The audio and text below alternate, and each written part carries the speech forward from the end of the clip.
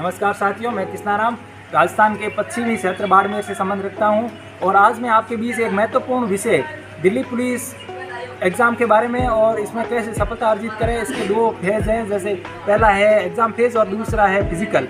तो उसके बारे में हाल ही में मेरे दोस्त जो दिल्ली पुलिस में चयनित हुए हैं, नव चयनित थे, उनके बारे में मैं आज खास आपके सामने इंटरव्यू रखूंगा और उनसे पूछेंगे कि कैसे एग्ज़ाम में सफलता प्राप्त कर सकते हैं। तो आइए दौलाराम जी, आपका हार्दिक स्वागत हमारे स्टूडियो में। बहुत राम राम जी। राम राम बहुत बढ़िया राम राम। तो मैं आपको आज कुछ बच्चे हैं जो कैरियर के बारे में महत्वपूर्ण दिशा निर्देश जानना चाहते हैं कि दिल्ली पुलिस में कैसे चयनित हुए। आप अभी हाल ही में चयनित हुए हैं, तो आपको बहुत सारी बधाइयाँ।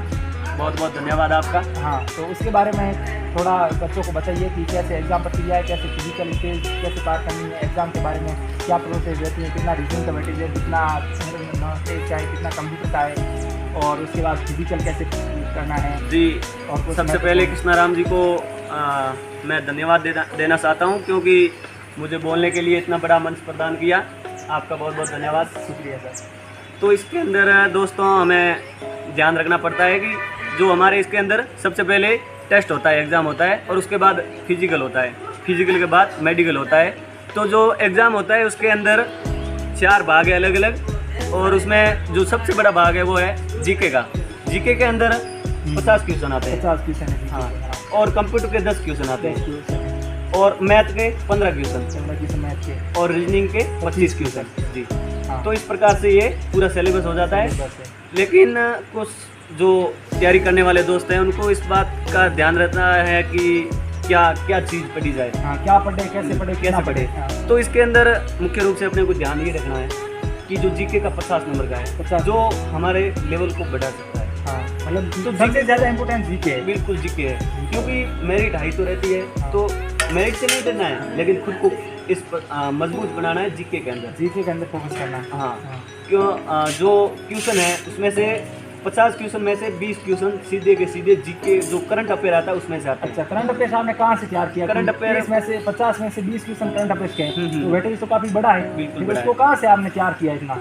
बिल्कुल, इस बात को अभ्यर्थियों को ये जानना चाहिए, क्योंकि करंट अफेयर जो ऑनलाइन भी पढ़ते हैं, ऑफलाइन भी पढ़ते हैं, लेकिन मैं खुद मेरा बताना चाहता हूँ। हाँ, आपने सफलता मैंने की है, तो जो आप पढ़ा है, मैंने सिर्फ सेल्फ स्टडी करके पढ़ा है। अच्छा, और मैंने क्रोनोलॉजी आती है एक, हाँ, तो chronology, हाँ, मैं किसी का विज्ञापन वगैरह नहीं देता, लेकिन जो क्रोनोलॉजी पढ़ी है मैंने, और क्रोनोलॉजी के अंदर जो 20 क्वेश्चन थे, 20 में से 17-18 क्वेश्चन उसमें से आ गए। और इसके अलावा इसके साथ साथ में जो अपने स्टैटिक जीके के क्वेश्चन आते हैं, वो भी इसमें इस प्रकार मिला के 27-28 क्वेश्चन बन गए टोटल। मतलब क्रोनोलॉजी पढ़ने का फ़ायदा ये है कि इसमें स्टैटिक जीके भी कवर हो जाता है, और 7-8 नंबर की साइंस भी आती है इसमें जीके के अंदर।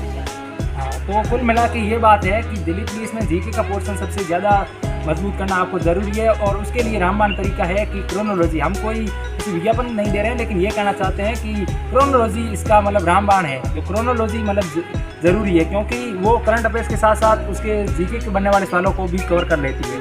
अब रही बात जीके के अलावा कंप्यूटर के 10 सवाल आते हैं, उनको कहाँ से तैयार किया? कंप्यूटर के भी मैंने सेल्फ स्टडी से किया है, और जो इसके साथ साथ प्रैक्टिकल होता है, तो प्रैक्टिकल से जैसे MS वर्ड है, MS एक्सेल है, तो उसके अंदर जो कुंजियाँ होती है वो हम प्रैक्टिकल करते हैं ना।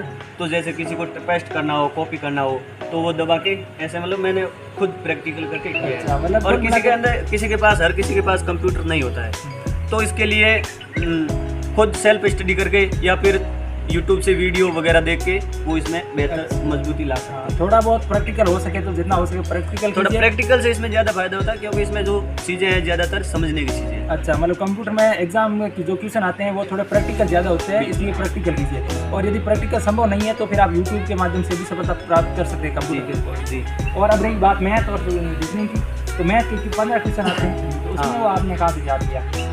देखिए मैं यदि मेरा खुद का बताऊँ तो मैथ में मेरे सिर्फ एक क्वेश्चन सही था। अच्छा, 15 में से एक क्वेश्चन ही किया था, और एक ही सही था। देखो बच्चों, 15 में से एक क्वेश्चन सही करने के बावजूद भी आदमी ने सफलता प्राप्त की है।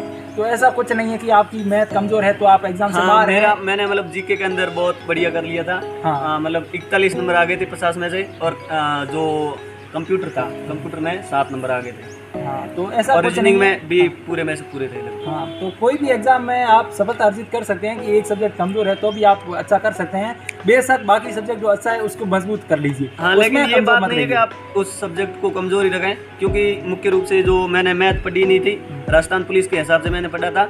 और बाद में वो जो हम कहते हैं ना कि जो मेहनत करता है ना उसकी जो रिजल्ट आता है वो हमेशा कहीं ना कहीं तो आ ही जाता है। हाँ। तो इस तरीके से, लेकिन जो गणित की बात है तो दिल्ली पुलिस के अंदर मैंने मेरा टेस्ट दे दिया था और उसके बाद अपना NTPC का एग्ज़ाम था, तो उसके अंदर भी 30 क्वेश्चन आने वाले थे।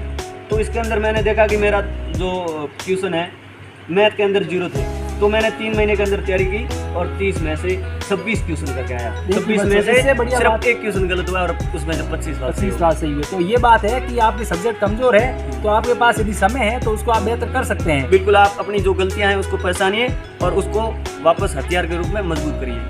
गुड। यही बात है कि 3 महीने बाद आपने मैथ को तैयार कर लिया। और रीजनिंग की बात 25 साल रीजनिंग वो अपने जो प्रीवियस ईयर के क्वेश्चन आते हैं जो पिछली साल में SSC के हुए हैं, जो उनके हिसाब से तैयारी करनी पड़ती है। दिल्ली पुलिस के अंदर जो इमेज वगैरह आते हैं उनको काटना और जोड़ना, वापस जोड़ना, मतलब ऐसे प्रैक्टिकल क्वेश्चन आते हैं। अच्छा। तो वो हमें जो पुराने पेपर है उनको देख के समझना पड़ता है। मतलब इसका जो रीजनिंग है वो बाकी वाले एग्जाम से अलग आता है। अच्छा, तो मतलब उसके हिसाब से तैयारी करनी हाँ, इसमें दिल्ली पुलिस की रीजनिंग के बारे में ये बात है कि SSC के जो पुराने पिछले ये के जो क्वेश्चन है उनको थोड़ा देख के आप एनालिसिस करके तैयार कीजिए, क्योंकि जो आपने अदर एग्जाम की तैयारी की है उससे थोड़ा मुश्किल है, लेकिन पिछले क्वेश्चन देखेंगे तो आप आसानी से कर पाएंगे। हाँ, तो इसके बाद आप फिजिकल का थोड़ा बता दीजिए। देखिए, फिजिकल के लिए भी हर किसी व्यक्ति को सिर्फ अपने टेस्ट से ही वो साबित नहीं कर सकता, उसको फिजिकल के अंदर भी मजबूत होना पड़ता है। तो इसके लिए मैंने मेरे दोस्तों के साथ यहाँ से मैं जाता था स्टेडियम तक, और स्टेडियम अपनी जो पूरी रनिंग है वो मैं पूरी मजबूती के साथ देता था और लंबी कूद वगैरह हमेशा सबसे आगे रहता था और 3-4 महीने तक लगातार तैयारी की और अपना सक्सेस हो गया। और इसके अलावा मैं आपको बताना चाहता हूँ, क्योंकि लंबी कूद का जो मेरा थोड़ा था कम था, लेकिन मैं लास्ट में वहाँ पे 17 फुट कूद गया था वहाँ पे। और मैंने लंबी कूद मुख्य रूप से जो यहाँ पे दिख रहे हैं ये जो एरिया है वहाँ से उधर कैमरा घुमाई, वहाँ से मतलब उधर से लास्ट से आता था और हाँ वो लास्ट तक वहाँ से आता था और यहाँ से अपना टेक ऑफ लेके वहाँ पर कूदता था। ये जो मैं यहाँ पे लंबी कूद की प्रैक्टिस करता था। अच्छा, ये लंबी कूद। तो बच्चों मैं आपको यही कहना चाहता हूँ कि अब जो दिल्ली पुलिस की जल्दी वैकेंसी आने वाली है तो कमर कस लीजिए और एक कैरियर के रूप में अपने को यदि डिफेंस में जाना है तो दिल्ली पुलिस एक सुनहरा अवसर है। और दिल्ली पुलिस के अंदर आप जो अपने देश की राजधानी है उसके अंदर आप अपनी जो सेवाएं दे सकते हैं। आपका किस्मत होगा, आपका जो लक है, हर किसी को देश की राजधानी के अंदर जो सेवा करने का मौका मिलता है वो अपने को गौरवान्वित महसूस करता है और मुझे इस बात का गर्व है कि मुझे देश की राजधानी में सुरक्षा करने का मौका मिला है। धन्यवाद दोलाराम जी, आप हमारे स्टूडियो में पधारे और आपने अपना महत्वपूर्ण समय दिया, इसके लिए आपका बहुत बहुत आभार। आपका भी बहुत बहुत आभार। थैंक यू, शुक्रिया।